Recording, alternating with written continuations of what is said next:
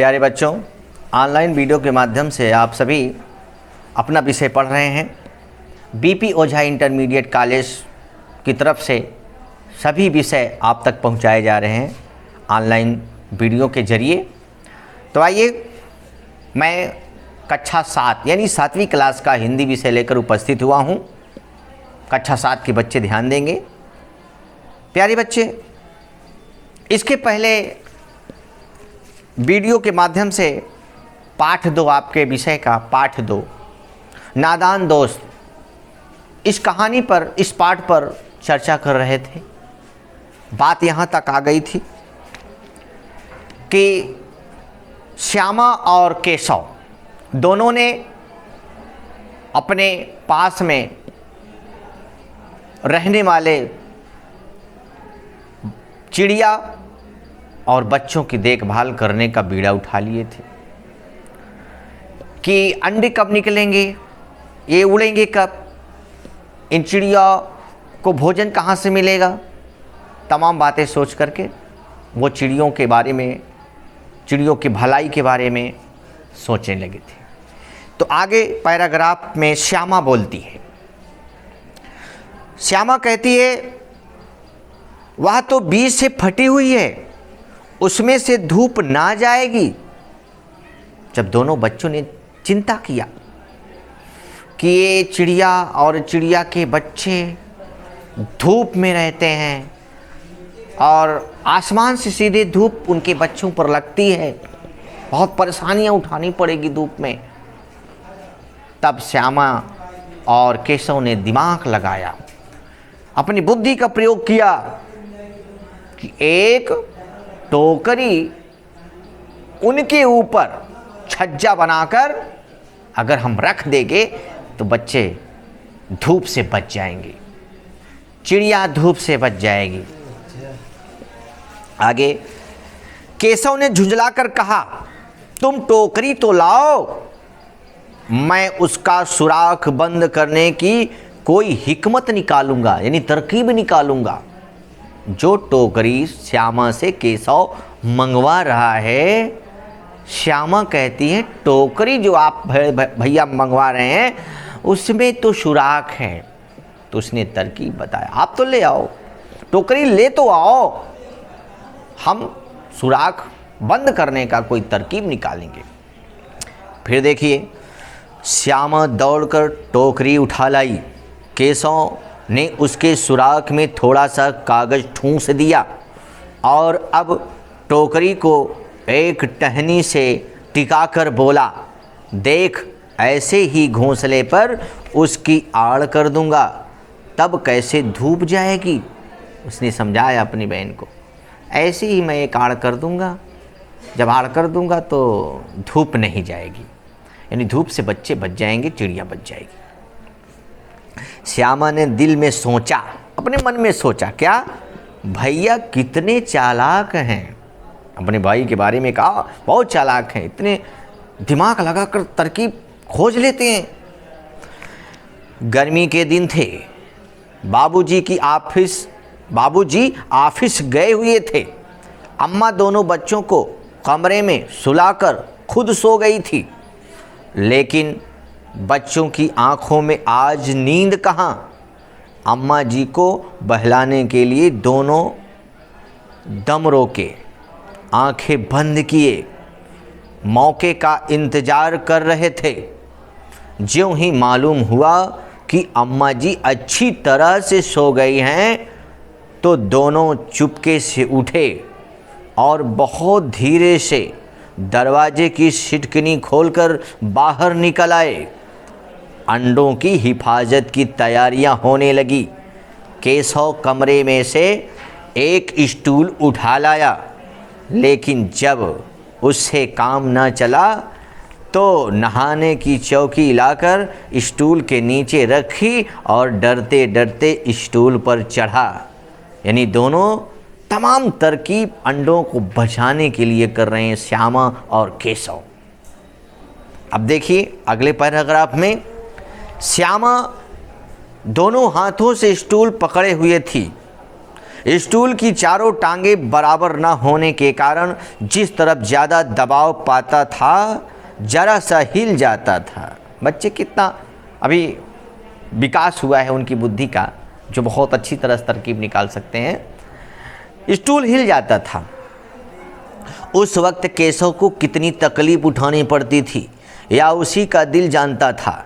दोनों हाथों से कार्निश पकड़ लेता और श्यामा को दबी आवाज़ में डांटता, अच्छी तरह पकड़ वरना उतरकर बहुत मारूंगा। अपनी बहन को डांटता, श्यामा तू स्टूल अच्छी तरह से पकड़, नहीं उतरने के बाद तुझे बहुत मारूंगा। अब देखिए, मगर बेचारी श्यामा का दिल तो ऊपर कार्निश पर था। बार बार उसका ध्यान उधर चला जाता और हाथ ढीले पड़ जाते। यानी स्टूल को पकड़ने में उसका दिमाग कम चल रहा था जितना कि दिमाग चल रहा था ऊपर कार्निश, जो दीवार के ऊपर अंडे और बच्चे थे, उस पर उसका दिमाग जाता था। अब देखिए, केशव ने ज्यों ही कार्निश पर हाथ रखा दोनों चिड़िया उड़ गई। केशव ने देखा कार्निश पर थोड़े से तिनके बिछे हुए हैं और उन पर 3 अंडे पड़े हैं। जैसे घोंसले उसने पेड़ों पर देखे थे वैसा घोंसला नहीं है। श्यामा ने नीचे पूछा, कितने बच्चे हैं भैया?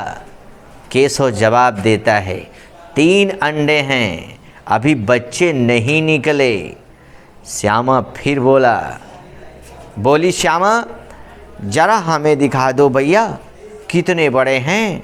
केशव कहता है, दिखा दूंगा, पहले जरा चिथड़े ले आ, नीचे बिछा दूं, बेचारे अंडे तिनकों पर पड़े हैं। दोनों में जिज्ञासा बनी हुई अंडों को देखने की। उसने कहा, दिखा दूंगा वह बहना मैं तुझको अंडे, लेकिन पहले तो इन अंडों को सिरजने के लिए कोई व्यवस्था तो करते हैं। फिर देखिए, श्यामा दौड़कर पुरानी धोती फाड़कर एक टुकड़ा लाई। केशव ने झुककर कपड़ा ले लिया। उसकी कई तरह करके उसने एक गद्दी बनाई और उसे तिनकों पर बिछाकर तीनों अंडे धीरे से उस पर रख दिए। श्यामा ने फिर कहा, हमको भी दिखा दो भैया। जब उसने अंडों को देखा तो श्यामा फिर नीचे से बोली कि हमको भी दिखा दो भैया। उसकी जिज्ञासा बराबर बनी हुई है। केशव जवाब देता है, दिखा दूंगा, पहले जरा वह टोकरी तो दे दे, ऊपर छाया कर दूं, जिसके लिए इतनी ऊपर चढ़ा हूं मैं। श्यामा ने टोकरी नीचे से थमा दी और बोली, अब तुम उतर आओ, मैं भी तो देखूं। केशव ने टोकरी को एक टहनी से टिकाकर कहा, जाओ दाना और पानी की प्याली ले आओ, मैं उतर आऊं तो तुम्हें दिखा दूंगा। श्यामा प्याली और चावल भी लाई। केशव ने टोकरी के नीचे दोनों चीज़ें रख दी और आहिस्ता से उतर आया। श्यामा ने गिड़गिड़ा कर कहा, अब हमको भी चढ़ा दो भैया। केशव, तुम गिर पड़ोगी। श्यामा, ना गिरूंगी भैया, तुम नीचे से पकड़े रहना। केशव, ना भैया, कहीं तुम गिर गई तो अम्मा जी मेरी चटनी ही बना डालेंगी, कहेंगी कि तुमने ही चढ़ाया था, क्या करेगी देखकर। अब अंडे बड़े आराम से हैं, जब बच्चे निकलेंगे तो उनको पाल लेंगे। दोनों भाई बहन आपस में बात कर रहे हैं कि हे बहन श्यामा, तुम अभी अंडों को मत देखो, क्या करेगी देखकर, जब बच्चे निकलेंगे तो उन्हें पाल लेंगे। फिर देखिए, दोनों चिड़िया बार बार कार्निश पर आती थी और बगैर बैठे ही उड़ जाती थी। केशव ने सोचा, हम लोगों के डर से नहीं बैठती हैं। केशव स्टूल उठाकर कमरे में रख आया, चौकी जहाँ की थी वहाँ रख दी। श्यामा ने आंखों में आंसू भरकर कहा, तुमने मुझे नहीं दिखाया, मैं अम्मा जी से कह दूंगी। केशव बोला, अम्मा जी से कहेगी तो बहुत मारूंगा, कह देता हूँ। फिर श्यामा कहती है, तो तुमने मुझे दिखाया क्यों नहीं?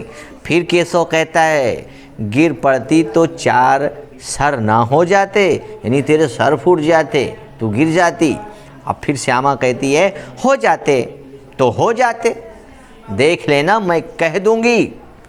इतने में कोठरी का दरवाज़ा खुला और माँ ने धूप से आँखों को बचाते हुए कहा, तुम दोनों बाहर कब निकल आए? मैंने कहा था कि दोपहर को ना निकलना। किसने किवाड़ खोला? माँ की डांटें पड़ना शुरू हो गई। किवाड़ केशव ने खोला था, लेकिन श्यामा ने माँ से यह बात नहीं कही। उसे डर लगा कि भैया पिट जाएंगे। देखो बहन भाई का प्यार, अपने भाई को बचाने के लिए उसने नहीं बताया कि भैया पिट जाएंगे। केशव दिल में कांप रहा था कि कहीं श्यामा कह न दे। अंडे ना दिखाए थे इसको, इससे अब उसको श्यामा पर विश्वास न था। श्यामा सिर्फ मोहब्बत के मारे चुप थी। यह इस कसूर में हिस्सेदार होने की वजह से इसका फैसला नहीं किया जा सकता। शायद दोनों ही बातें थी, यानी श्यामा चुप थी और केशव को डर भी था कि कहीं ये बता ना दे माँ को, क्योंकि मैं इसके बार बार कहने पर भी इसको अंडे नहीं दिखाया हूँ, उसे डर था। लेकिन श्यामा ने बताया नहीं। अगले पैराग्राफ की ओर चलते हैं। माँ ने दोनों को डांट टपट कर फिर कमरे में बंद कर दिया और फिर धीरे धीरे उन्हें पंखा झलने लगी। अभी सिर्फ 2 बजे थे, बाहर तेज लू चल रही थी। अब दोनों बच्चों को नींद आ गई थी।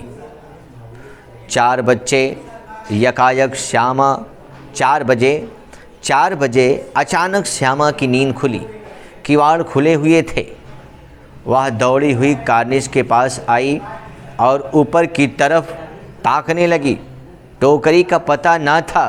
संयोग से उसकी नज़र नीचे गई और वह उल्टे पांव दौड़ती हुई कमरे में जाकर जोर से बोली, भैया अंडे तो नीचे पड़े हैं, बच्चे उड़ गए।